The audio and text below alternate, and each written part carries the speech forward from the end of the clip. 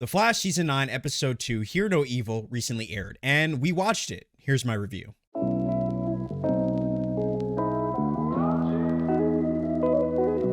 What's going on, guys? Welcome to another review video. That guy right here, and I wanted to talk about Season 9, Episode 2's most recent episode, Hear No Evil, and really just offer you guys my general thoughts on the episode, some of the things that, my general overview, some of the things I liked, some of the things I didn't like, you know the drill. So yeah, we did this last week, or actually a couple days ago, the video dropped, which I definitely recommend you check out. It's the season premiere of the final season, and I had some pretty good things to say about it. Now, this episode, I may potentially go in a little bit of a different direction. Now, you know how I always try to give you guys honest reviews, honest feedback in terms of episodes. I'm never just going to fluff anything up. I'm going to give you, I'm always going to give you a little bit of both. They begin and the yang, the pros and the cons. And so in this episode, I feel like it kind of balances out a little bit. There's some things that I really enjoyed in the episode. And then there's some things, that I didn't enjoy. And then they also turned one of my greatest fears that I've been fearing for a couple seasons into reality. We'll get into that in a little bit, but I want to start with the positive. So general overview of Season 9, Episode 2, Hear No Evil, really focuses on the reveal that was set up back in the initial episode, focusing on Caitlyn, or not really Caitlyn, really just this new version of Caitlyn that has suddenly appeared in what I call the break room. I don't know what this room is, the room that they hang out, the common area. And, Barry asked a very simple question at the end of the episode, who are you? And we were kind of left on that cliffhanger, and this is kind of the payoff for that. So I do appreciate them, the writers, for providing us a little bit of clarity and just getting right to the point with this episode, having it be a direct kind of, what do you call it? Kind of a direct feedback or a direct result of the previous episode instead of dragging it out. You know what I'm talking about. But yeah, this episode really focuses on this new Caitlyn and who is she? What is her purpose? Where did she come from? And what exactly happened that led to her being in this episode or being here in general? And so, yeah, that's really what this episode focuses on. And if you watch my TikTok review, I kind of was brief about it, but I said that this episode splits the viewer's attention in half. And so half of the episode is really about setting up for the future. It's about the rogues. We're introduced to two new rogues, or not really two new ones. We've seen them before, being the Fiddler, as well as Hartley Rathaway. So he returns, and he's been living, I guess, a relatively normal life, and just kind of staying out of the radar, staying out of trouble. And he finds himself being revisited by someone from his past, and yeah, that causes a whole conflict. And then he ropes in Team Flash and everything, and at the beginning, when I'm watching this episode, I wasn't exactly sure where they were going with this. What exactly are they playing at? Why is Hartley here? What does the Fiddler have to do with this? Obviously, the Fiddler is with the bad guys, and she's after Hartley, but why? And all of that pays off in this episode. So I do want to give nods and respect to that, and say that it was nice that they had a conflict. That conflict had, a climax, it had a resolution, and it progressed the story. Now, as I said before, this final season of The Flash only has 13 episodes. So they really don't have any time to waste in terms of getting this story and getting this plot rolling. So I do appreciate them for pushing the story along. But the other half of it, in my opinion, spoiler alert, just kind of didn't hit with me. It felt like a waste of time. I wasn't exactly sure what the purpose was for this. Instead of just focusing entirely on Red Death and progressing that plot, they focused on this whole kind of emotional aspect that I feel like just didn't really need to exist. Again, we're going to get into that. I do want to keep focusing on the good. So I like the fact that, it really focuses on, Red Death and bringing that in. Now, speaking of Red Death, right? We get to see this character twice in this episode. Once we see we see Red Death at the beginning of the episode, or halfway through, where the Fiddler is saying, I didn't accomplish the goal. She was after Hartley for whatever reason. Hartley got away, and Red Death puts the hurt on her. She puts a hurt on her. She says, "Do not fail me again." And I was like, I like that. I like that. Okay, this villain is no holds barred, no games played, is out for blood, and we're not exactly sure what Red Death's plan is or what Red Death's beef is with Barry, but so far we've only seen the character in sort of a constant phase, and that makes sense towards the end of the episode when she, Fiddler accomplishes her goal, gets the gloves from Hartley at the end of the episode, and manages, I guess it was part of a bigger plan. They were trying to create some sort of thing. Now, towards the end of the episode, you know, you get a glimpse of episode 3, and it talks a little bit about a time machine or something. But I think that Red Death was in some sort of flux or something, and was trying to materialize in this world. That was my interpretation of when, you know, when the character stands on the platform and they do a little, you know, ray thing with the gloves, look like a little transmat effect or whatever, and she runs out, looks over the city, and then materializes for the first time at the end of the episode. So I'm assuming that whatever the component was that was needed back from episode 1, and then the episode 2, the component that we got in this episode, was a part of allowing this character to materialize in this new Earth, in this Earth. I'm sure that's going to play out a little bit more in episode 3, but I like that. I thought that was good. So overall, in terms of the episode, in terms of creating a plot and tension and a purpose and how that collects and connects to the main villain, I think all of that was awesome. It was excellent. I really enjoyed that. That was the half of the episode that I enjoyed. Now, time to get a little nitpicky and talk about the things that I wasn't necessarily a fan of. And that really, in its entirety, really just centers around Caitlyn, or this Caitlyn-esque character. Now, I don't even know where to start. This episode brings about this new character, also played by Danielle Panabaker. We've seen this before when she played Killer Frost, but apparently she's playing some new character. And throughout the whole episode, it's really about Mark, you know, that he's been doing all these side missions and side quests with Caitlyn over the course of the summer, you know, busy summer for them. And it involved them trying to bring Frost back, which it wasn't a story that I really think anybody wanted to see. First of all, Killer Frost shouldn't have died in the first place. And I said this before, it's kind of a conspiracy theory. I don't know if it's true, but I've said that I think that they got rid of Killer Frost because of budgeting, because they didn't have enough money for her CGI. Maybe they knew that whatever, you know, before they realized that this was the final season, I'm sure they had Cobalt Blue was supposed to be here. Maybe they were going to do Red Death. I don't know, but they needed to allocate the money towards those things, right? That's my thought.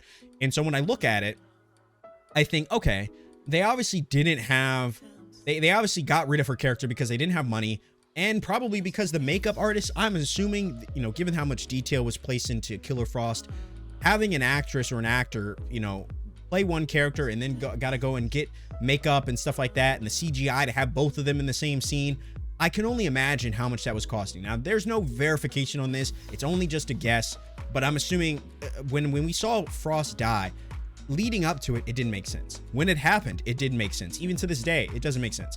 And so the only thing that I could think of when you just kill a character off is either that there was something with the actor, right? Which obviously isn't the case because Danielle Panabaker's still on the show, or there was something with the funds, the money, right? Maybe they just want to cut back. Maybe the time, it was taking too long to get this stuff set up to have this character in the show. So better to just kill him off, right? That's my thought.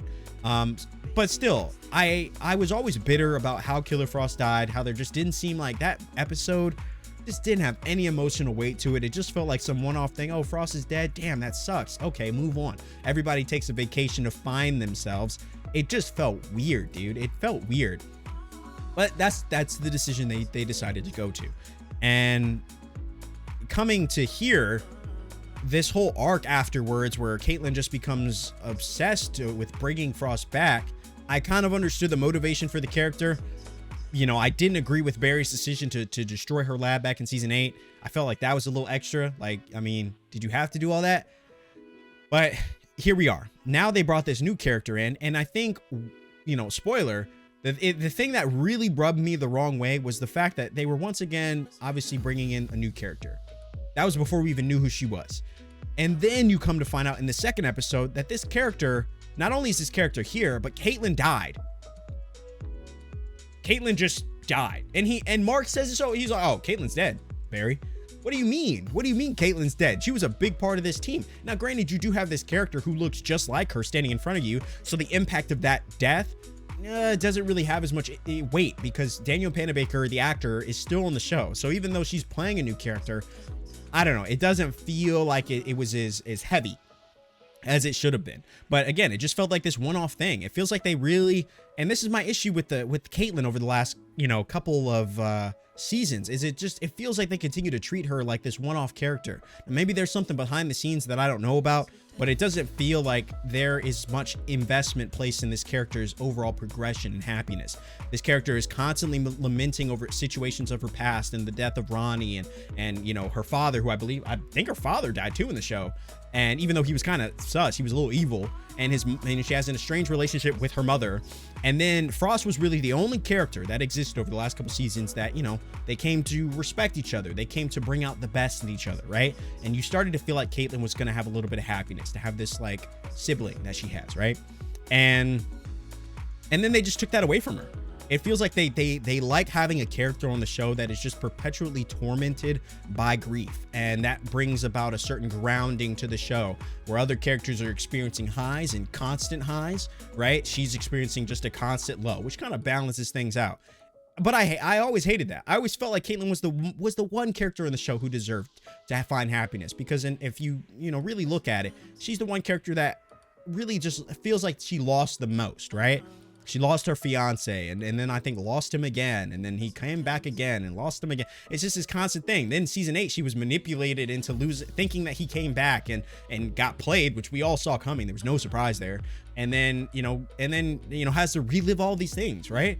And so now, not only did she never find happiness, she tried to bring Killer Frost back and apparently died in the process. That just felt gross to me. It felt gross. And like, yeah, you bring this character in, but it's the final season. Nobody cares about this new character. Nobody wants this new character in.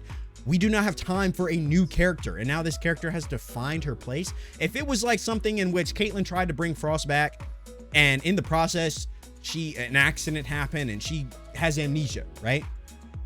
Then okay, this might be the character. This might be exactly what she needed. Forget about everything. Forget about your past, all your pain, right? It is an opportunity for her to have a fresh start, and I think that would have been fine. It would have been weird, but it would have been fine. But to have her just die in a freak accident, she went into the tube thinking she was going to bring this character back. It didn't happen. And, as a result, she lost her life and now got swapped out for this Walmart version. And it really feels like a Walmart Caitlyn. It's got a little bit of Frost. She has the personality and the dainty, gentle qualities of Caitlyn, but they didn't really want to invest or have the money to invest in, proper makeup to make her look like a new character. So they just gave her little blue streaks. It just felt cheap, man. It just felt cheap. I don't want to lament on that. If you guys have seen my TikToks, you know exactly how I feel. Caitlyn is probably like, that is a topic that you could bring up and you will get me on a rant, because looking over the course of the season, every character in the show has been able to find some sort of happiness. They tried to bring romantic arcs for the character, and she was too stuck in the past to allow those things to happen. And I always felt bad for Caitlyn for that. And so here we are once again, just feeling like, damn, I feel like we kind of got cheated. And so when it comes to this, that half of the part, half of the episode, that's what really kind of rubbed me the wrong way. That's the aspect that I didn't enjoy. I think Caitlyn as a character deserves so much more, and just kind of got dumped on and then just got killed off. Like, what? And you expect people to just not say anything about that? Like, that wasn't gonna come up in the Twitter feed and people weren't gonna have a response to that? Because that felt weird. Oh, Caitlyn's dead. I'm sorry, what did you say? Like, I would have been livid, and so that aspect didn't sit well with me. Other than that, Mark has always been whatever to me. I think after Killer Frost died, it really lessened his importance in the show, because he was only there because of Killer Frost. And so that aspect felt weird, and I think that he's a reminder of how weird it is that the way that they've handled Caitlyn, because Caitlyn's other half was able to find happiness and then they killed her. So it just feels like this character is not meant to have any sort of emotional, success. And so that's all I'll say about it. That part didn't sit well with me. But I think the other part that's, I think, really important is the progression of the story towards the main character, the main arc being Red Death. And I think that they did a great job of introducing some new characters, and those characters weren't just one-off, right? When we looked back at the reveals over the summer and got some leaked images of some of these characters returning long before they were announced, Hartley, Hotness, Goldface, right? It felt like, oh, why are these characters coming back? But it's starting to make sense now. Even in the preview for episode 3, we get to see that Barry's going to go and ask Goldface for help, and he's going to recruit Hotness. And Hotness, I think, is on the up and up. So I think these characters are out to do a little bit of good, I think. And so given the bigger threat that is obviously going to arise in episode 4, Mask of the Red Death, part 1 and 2, that I think that's why these characters are coming in, because they are going to want to save their Earth or save their world or whatever, and Barry's going to need help. He doesn't have a lot of supers. Caitlyn's done. Frost is done. So you don't have a medic. You don't have a superpower. Cisco's gone. You don't have, that's another superpower gone. What do you have? Joe with his guns. You got Iris with her blaster that she carries around all over the place. You know, like these fools can't help you. They can't help you, Barry. And so I think that's why he needs help. He needs people with powers that are going to help. Metas versus metas. I think we're about to see an all-out Civil War kind of thing happen. And I think that's pretty cool. So, you know, overall, that aspect I liked. The other half, I was not a fan of. Didn't enjoy that. And that was really the gist of the episode. I think there really was, you know, that took up the 42 minutes. And yeah, I'd say overall, you know, the episode was fine. It was fine. I liked half. I won't deny it. I won't deny it. I'm sorry. I did not like the Caitlyn arc. I felt like that was weird. I'm glad that that's done though, and they can allow this new Caitlyn to do whatever. We're going to have to see how that plays out. Now, I've seen some people say, oh, Caitlyn could still come back. I doubt it. And if she does, the damage is already done. What they've done with her character, it's already been, they filmed it. They obviously thought it was good enough. I think it was a very strange decision, but we're going to have to wait to see to the last episode how this all makes sense. So maybe we'll come back and talk about it again. I don't know. Overall, I got to give this episode, I think I gave it an 8 in my TikTok review, but the more I talk about it, the more bitter I become. I'm trying to take emotion out of it. I would say, you know, I said I liked half the episode. I did my half, so I should give it a 5 out of 10, but I feel like that's kind of harsh. I think overall, outside of that little arc, overall, the episode was decent. So I got to give it like a 7. I say a 7 is pretty decent. It was an okay episode. Episode 1, I believe I gave a 9 or 9.5. Just because overall it was a great start to the episode. It had a lot of purpose. This one I felt like lacked a little bit, but it was overall still a decent episode. But let me know what you guys think down in the comment section below. Let me know what you thought about the review. Is there anything that you feel like I missed to touch up on? I have a couple of short videos made for TikTok, so follow me over there. I promise I'm probably going to touch on and rant about some other things over there as well. And yeah, overall, like I said, decent episode. I'm very excited for episode 3 because I think it's going to bring a little bit more action as we progress through the season. I'm hoping that this was the weakest episode we have this season, because it feels like as we progress, the episodes are only going to get better. That's my hope.